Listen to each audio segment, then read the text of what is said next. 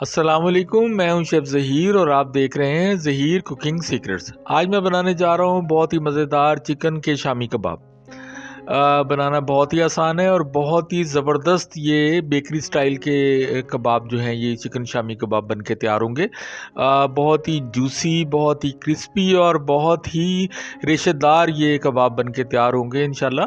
तो अगर आप मेरे चैनल पर नए हैं तो इसको मेरे चैनल को लाइक कीजिएगा, शेयर कीजिएगा, सब्सक्राइब ज़रूर कीजिएगा और आएँ फिर रेसिपी को शुरू करते हैं। तो इसके लिए रेसिपी के लिए जो किन किन चीज़ों की ज़रूरत है और कैसे बनाई जाती है, इंशाल्लाह आपको सारा मैं गाइड करूँगा। तो मेरे इस चैनल के साथ और मेरी वीडियो के साथ आप बने रहिएगा इंशाल्लाह और मुकम्मल वीडियो को देखिएगा, क्योंकि मैं इसमें जो टिप्स एंड ट्रिक्स बताऊँगा उसके मुताबिक जब आप ये शामी कबाब बनाएंगे तो इंशाल्लाह बहुत ही ज़बरदस्त बन के तैयार होंगे। तो शुरू करते हैं। 2 कप चने की दाल जो है कढ़ाई में मैं इस तरीके से ऐड कर रहा हूँ। ये मैंने तकरीबन 1 घंटा पहले मैंने इसको भिगो के रखा हुआ था। इसके बाद एक पीस चिकन का बोनलेस चिकन है, ये इसका एक पीस तकरीबन 250 ग्राम के करीब है, ये मैंने इसमें ऐड कर दिया। इस तरह से इसकी कटिंग नहीं करनी है, एज़ इट इज़ ही आपने इसमें ऐड कर लेना है। अच्छा, इसके बाद साबुत लाल मिर्च है मेरे पास 8-10 इसमें दाने हैं, ये मैंने इसमें ऐड कर दिए। और इसके अलावा साबुत धनिया जो है उसका 1 टेबल स्पून भर के मैंने इसमें ऐड कर दिया इस तरीके से।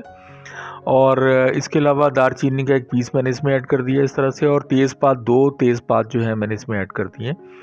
और इसके अलावा ज़ीरा जो है 1 टीस्पून इसमें मैंने ऐड कर दिया और 1 ही टीस्पून इसमें मेथी जो है सूखी मेथी वो मैंने इसमें ऐड कर दिया इस तरीके से, और 1 टीस्पून इसमें नमक चला जाएगा इस तरह से। अब यहाँ पर मैं 2 बड़ी इलायचियाँ हैं इसमें मैंने इसमें ऐड कर रहा हूँ। और इसके बाद यहाँ पर तकरीबन कोई 8 से 10 लौंग जो हैं वो मैंने इसमें इस तरीके से ऐड कर दिए। और साथ ही पानी जो है वो 1.5 गिलास के करीब जाएगा इसमें। अभी 1 गिलास मैंने इसमें ऐड कर दिया है। साथ ही इसमें तकरीबन 8-10 दाने जो हैं इसके साबुत काली मिर्च के वो मैंने ऐड कर दिए और 1.5 गिलास का जो पानी है वो मैंने इसमें पूरा कर दिया। आपने 1.5 गिलास से ज़्यादा पानी इसमें ऐड नहीं करना। अच्छा, इसके बाद अब ये इसको हल्की आंच पर हमने इसको पकाना है, और जैसे ही इसका पहला बॉयल शुरू हो गया इसमें ढक्कन हम रख देते हैं इस तरीके से। अच्छा, इसके बाद इसको हम तकरीबन 15 से 20 मिनट इसको हमने लो टू मीडियम आंच के ऊपर इस तरह से पकाना है। तो इसे आंच को आपने ज़्यादा तेज़ नहीं करना, बिल्कुल मीडियम आंच पर या लो आंच के ऊपर आपने इसको रखना है। अब तकरीबन कोई 15 से 20 मिनट हो गए हैं इसको पकते हुए, तो अब हम ढक्कन हटा के देख लेते हैं और इसको चेक कर लेते हैं कि बिल्कुल जो है ये गल गई है दाल। इसको दबा के इस तरीके से हाथ से देख लें, ये माशाल्लाह बहुत ज़बरदस्त इसका तैयार हो गई है ये। इसी तरह से आपने इसके बाद जो पानी थोड़ा बहुत रह जाएगा उसको आपने इस तरीके से ढक्कन हटा के इसको पानी को खुश्क कर लेना है इस तरीके से। अब यहाँ पर इसको हम इसमें से जो अब पीस है चिकन का वो इस तरीके से निकाल लेंगे बाहर, हम अलग कर लेंगे इसको इसमें से। और इसके बाद इसका प्रोसेस भी थोड़ी देर में मैं आपको बताता हूँ। पहले यहाँ पर जो कढ़ाई के अंदर हमने इसको पहले पानी को खुश्क कर लेना है अच्छे तरीके से, और इसके बाद यहाँ पर कुछ थोड़े बहुत जो यहाँ पे चीज़ें हमने इसमें से निकाल लेनी है, जैसे कि तेज़पात जो थे ये हम इसमें से निकाल लेंगे, और इसके अलावा दारचीनी का पीस भी इस तरीके से निकाल लेंगे, और 2 इलायचियाँ जो इसमें बड़ी वाली डाली थी ये हमने ये 3 चीज़ें जो हैं इसमें से निकाल लेनी है। बाकी चीज़ें ऐसे ही रह जाएंगी। दाल को ट्रे में मैंने ऐड कर दी है ठंडा करने के लिए, और साथ में इस मौके के ऊपर मैंने 4 हरी मिर्चें जो चॉप करके रखी हुई थी वो भी मैंने इसमें ऐड कर दी हैं इस मौके पे। ठंडा करने के बाद दाल को अब इसके अंदर चॉपर के अंदर मैं इसको इस तरीके से ऐड कर रहा हूँ, और इसके बाद अच्छे तरीके से इसको हम इसको ग्राइंड कर लेंगे इस तरीके से। चॉपर में दाल को इस तरीके से ग्राइंड करते रहें, लेकिन अगर आपके पास चॉपर नहीं है तो कोई ऐसी बात नहीं है, आप यही जो दाल है इसको खूंटी डंडे में भी किसी चीज़ के अंदर आप इस तरीके से जो है इसको ग्राइंड कर सकते हैं। तो मैंने चूँकि चॉपर था मेरे पास तो मैंने उसका फ़ायदा उठा लिया। तो अगर आपके पास ये नहीं है तो आप इजीली जो है खूंटी डंडे में भी इसको कर सकते हैं। अच्छा, यहाँ पर चूँकि चिकन मैंने बाहर पहले निकाल लिया था, अब इसको बेलने की मदद के साथ जो है इसको दबा के इस तरीके से पहले हम इसको मैश कर लेंगे इस तरह से, और इसके बाद थोड़ा सा बेलना है इसके ऊपर, जो आटे वाला जो बेलना होता है इसको इस तरीके से हम ऊपर इसको दबा दबा के इसको इसके रेशे बनाएंगे इस तरीके से। अच्छा ये देखिए मैंने हाथों से बाद में इसके रेशे जो है अलग अलग कर लिए हैं। अब ये सारा जो मटेरियल है इसको इस तरह से दाल के साथ मिक्स कर दिया, और एक मुट्ठी भर जो है इसमें धनिया जो है हरा धनिया वो मैंने इसमें ऐड कर दिया। इसके बाद एक अंडा जो है इसमें मैंने ऐड कर दिया इस तरह से।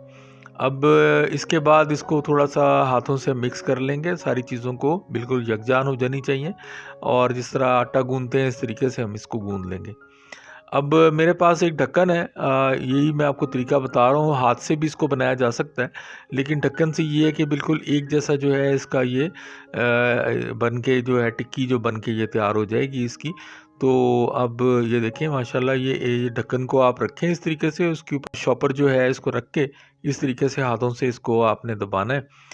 ये देखें ये मटेरियल को आपने ढक्कन के ऊपर जो शॉपर रखा हुआ था मैंने इसके अंदर इसको इस तरह रख के इसको हाथों से इस तरीके से दबा के अच्छे तरीके के साथ, और शॉपर को थोड़ा सा ऊपर इसमें रख के इस तरीके से, ये बहुत आसान और इजी वे है इसको टिक्की को बनाने का।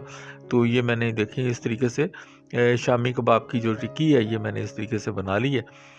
इसी तरीके से ये देखें मैं आपको एक दफ़ा और दिखा देता हूँ कि इस तरीके से आपने मटेरियल जो है ये पहले आपने जो ढक्कन है उसके ऊपर मैंने शॉपर रखा है, और उसके बाद इसके अंदर जो है मटेरियल रख के इसको हाथों से इस तरीके से हमने दबा देना है। ये देखें, और ये देखें बिल्कुल जो है बहुत आसानी के साथ ये जो बिल्कुल बहुत आसानी के साथ जो है शामी कबाब जो है उसका बिल्कुल एक जैसी जो है वो सब टिक्कियाँ जो है वो हाथ से भी तैयार कर सकते हैं। लेकिन हाथ से ये होगा कि ये एक जैसी नहीं बनेगी, लेकिन ढक्कन के साथ इस तरीके से बिल्कुल एक जैसी और ख़ूबसूरत भी लगेंगी, और इसको जब आप सर्व करेंगे तो दिखने में भी बहुत अच्छी लगेंगी। अच्छा, एक फ्राई पैन के अंदर ऑयल मैंने ले लिया है, तकरीबन 3-4 चम्मच मैंने ऑयल किया इसमें ऐड कर दी है, और एक अंडा जो है वो मैंने फेंट कर एक बाउल में इस तरह रख लिया था। थोड़ा थोड़ा अंडे को इस तरीके से डिप करेंगे, और इसके बाद हम इसको ऑयल के अंदर इस तरीके से फ्राई पैन में इसको ऐड कर लेंगे इस तरीके से। इसको जिस तरीके से हम टिक्की को उठाएंगे शामी कबाब की, और इसको इस तरीके से दोनों साइडों पर इसके अंडा लगा के इस तरीके से हम इसको फ्राई पैन में रख लेंगे। बिल्कुल ये वो रेसिपी है कि जो बेकरी में आपको मिलती हैं, और ये वही चीज़ जो है वही टिप्स हैं जो आपको मैं बता रहा हूँ, इसी को आप फॉलो करेंगे तो इंशाल्लाह बहुत ही अच्छी जो है वो शामी कबाब, चिकन शामी कबाब जो है वो घर में बहुत आसानी से इस तरीके से आप बना सकते हैं। तो आपको अगर मेरी ये वीडियो पसंद आई है तो इसको आप लाइक ज़रूर कीजिएगा, सब्सक्राइब कीजिएगा। मैं बड़ी मेहनत के साथ आपके लिए ये रेसिपीज़ लेकर आता हूँ, तो इसी तरीके से ये आपकी तरफ से एक इनाम होगा अगर आप मुझे इस वीडियो के ऊपर लाइक करेंगे और सब्सक्राइब करेंगे। तो इंशाल्लाह मैं आपको नेक्स्ट भी जो है बड़ी अच्छी और ज़बरदस्त किस्म की रेसिपीज़ आपको बनाना सिखाता रहूँगा। तो ये देखें माशाल्लाह ये टिक्कियाँ जो हैं शामी कबाब की, ये चिकन शामी कबाब की टिक्कियाँ जो हैं ये बन के तैयार हो गई हैं बहुत ही ज़बरदस्त तरीके के साथ। अब इन शामी कबाब को हम डिश आउट कर लेते हैं इस तरीके से। देखिए माशाल्लाह बहुत ही ज़बरदस्त चिकन शामी कबाब जो हैं ये बन के तैयार हो गए हैं इसी तरीके से, और आप इंशाल्लाह घर में बहुत आसानी के साथ ये चिकन शामी कबाब बना सकेंगे। ये बहुत ही जूसी, क्रिस्पी और रेशेदार जो है ये चिकन शामी कबाब बन के तैयार हुए हैं। इस तरीके से आप घर में आप कभी टी टाइम में, शाम की चाय के साथ, या ब्रेकफास्ट में, या बच्चों को लंच में आप ये चिकन शामी कबाब बना कर दें। बच्चे बड़े शौक़ से ये शामी कबाब जो हैं वो खाएंगे इंशाल्लाह। और इसके अलावा आप इसके शामी कबाब अगर ज़्यादा तादाद में बना लेते हैं तो आप इसको फ्रीज़ कर लें, और जब कभी कोई मेहमान आए या आपका अपना भी दिल करे या कि शाम की चाय के साथ ये ब्रेकफास्ट के लिए, तो आप फ्रीज़र से ये कबाब निकाल के उसको फ्राई कर लें, और बहुत ही आसानी के साथ आप घर में ये कबाब जो है वो बना सकते हैं, और आप फ्रीज़ भी कर सकते हैं इसको। अच्छा, इसके अलावा मेरी अगर आपको वीडियो पसंद आई है तो इसको आप लाइक कीजिएगा, शेयर कीजिएगा, सब्सक्राइब ज़रूर कीजिएगा। सब्सक्राइब करने का ये फ़ायदा होता है कि जब भी मैं अपना नई वीडियो जो भी अपलोड करूँगा, उसका नोटिफिकेशन आपको मिल जाया करेगा और आपको मेरी वीडियो को सर्च नहीं करना पड़ेगा। तो इंशाल्लाह मिलते हैं बहुत ही मज़ेदार किस्म की रेसिपी के साथ। इंशाल्लाह मैं रोज़ नई रेसिपी लेकर आपके पास हाज़िर होता हूँ। तो अपने शेफ़ ज़हीर को इजाज़त दें। अस्सलामु अलैकुम।